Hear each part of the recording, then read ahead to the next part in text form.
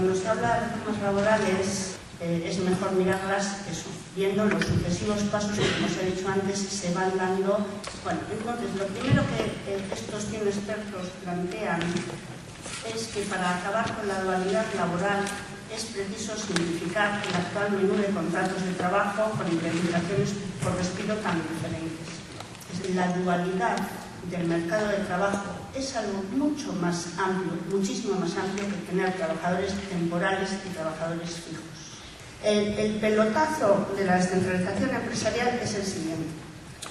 Hay un proceso que hace muchos convenios colectivos de sector que es un convenio colectivo recoge muchas actividades y en un momento dado se crea una patronal con unas empresas que han puesto como objeto social una actividad muy especializada. Es decir, tú eras del sector de asistencia, hospitales y asistencia sanitaria privada. Ahí cogías incluso a los geriátricos. Bueno, pues me constituye una empresa con objeto social de geriátrico, de una patronal, de tal manera que toda esa gente la saco de ese convenio.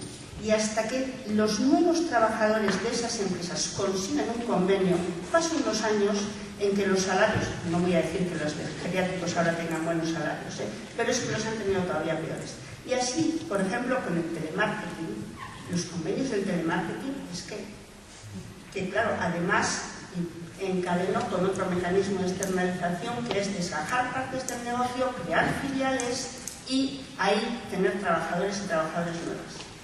El convenio de la gente que trabaja en la empresa principal no tiene nada que ver con el de la filial, como es bien sabido. Esa es otra igualdad. Podríamos hablar del pelotazo de las ETTs de la misma manera.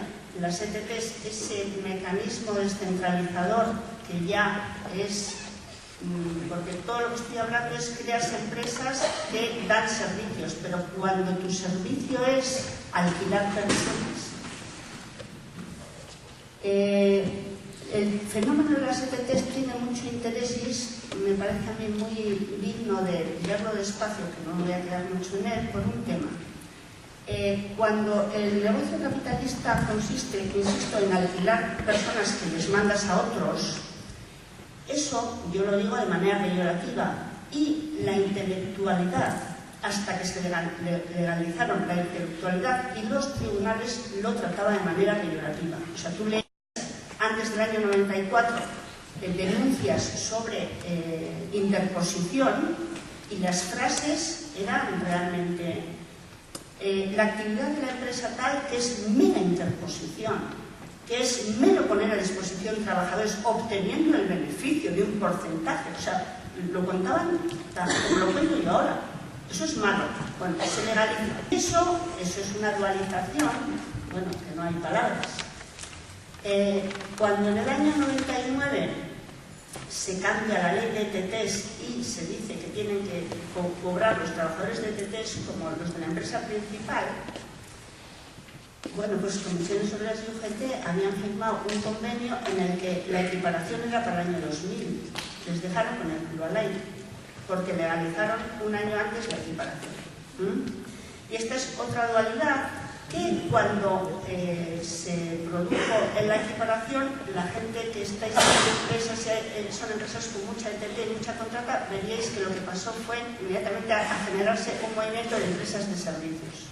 Es decir, ya metemos en las empresas no ETTs o no tanto ETTs o no solo ETTs, sino empresas de servicios que de nuevo eran empresas de servicios que no había convenio y eran empresas que hasta que se han empezado a crear los convenios de esas empresas, como su objeto social era muy difuso, muy complejo, tal, bueno, pues de paso, condiciones laborales ínfimas. Y por último, habrá más, pero una cosa que me interesa muchísimo sobre la descentralización y la dualidad es el tema de las franquicias. Es decir, el sistema de franquicia era un sistema que existía desde antes, pero han avanzado en la ingeniería del desmontaje de las empresas.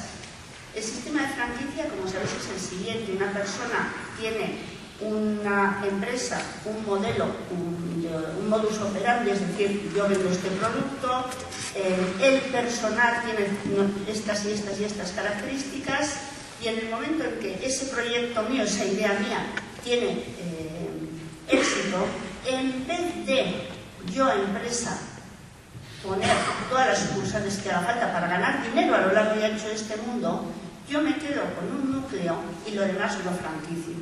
Consecuencia, los trabajadores y trabajadoras de las franquicias no tienen ni convenio. Tienen el convenio del sector de actividad o el que hagan en cada franquicia. Fui a unas jornadas de responsabilidad empresarial y sale una gente responsable empresarial a tope, ¿no?, de MRV, que es la empresa esta de mensajería. Nos pone, además era responsabilidad empresarial y mujeres. Y entonces, bueno, era impresionante los derechos que tenía aquella plantilla. Nos juntamos cada semana, vemos cómo cada cual tiene su situación familiar, qué quiere conciliar, cuándo, cómo. Nos juntamos y allí la flexibilidad de entrada, de salida, no ponemos jamás una reunión después de las 5 de la tarde y tal. Pues yo digo, pero esto no es solo los de los paquetes a las 10 de la noche. Digo, no puede ser. Aquí lo que pasa es que la historia que nos han contado, por cierto, dando marca y sello de empresa responsable, que apoya la conciliación, las mujeres y tal, y por tanto vendiendo más en todos los sitios. Yo me había ido la idea, MRV, estupenda, bueno ya, pero quiero decir, no, fui a ver cuál era el truco, y el truco es que es todo franquiciado.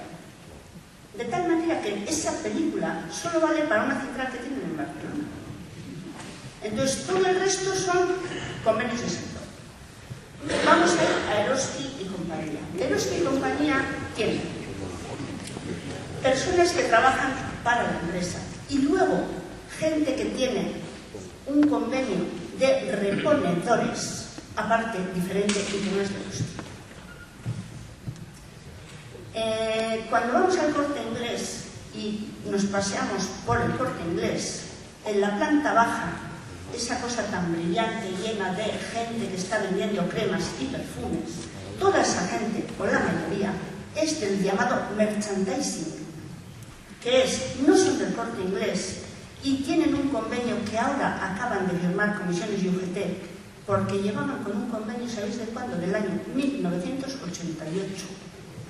Y lo acaban de firmar 1988. Han intentado sus trabajadores y trabajadoras meterles en otros convenios. Aquí en Vizcaya, y solo en Vizcaya, consiguieron meterles en el comercio de alimentación después de muchas peleas. Pero ha habido todo. Y luego ya en el resto del estado y en el resto también, bueno, y también en Vizcaya, con un convenio del año 1988. Cuando intentaron sus trabajadores, y ya con esto acabo con la dualización, cuando intentaron que la llamada Comisión Nacional de Convenios Colectivos, órgano de Madrid que extiende los convenios colectivos, intentaron que el merchandising famoso se extendiera a algún tipo de comercio o algo para tener algún apoyo, la resolución fue negativa. Bueno, entonces la dualización, como se ve, es mucho más amplia que si hay contrato temporal o contrato indefinido. Pero esta propuesta tiene otra cosa. Tiene, bueno, además de que no dejen la cifra que se va a pagar, tiene otro problema, y es que nadie les va a impedir al tercer año despedir a la persona indefinida y vuelta a empezar. Y no nadie se va a impedir porque es evidente que no hay manera técnica de impedirlo. Pero es que además, que se sepa, porque a veces es que cuando la palabra indefinido es como mágica, indefinido, ya te quedas, no. Ahora, con el contrato de fomento de la contratación indefinida, que supongo que aquí se sabe qué es, bueno, pues con ese contrato se ha reconocido, incluso por los sindicatos firmantes, o sea, por comisiones UGT, se ha reconocido que, ¿qué ha pasado? Tenían bonificaciones de 4 años de los contratos. En el momento que se acaba la bonificación, a la gente le echan, punto.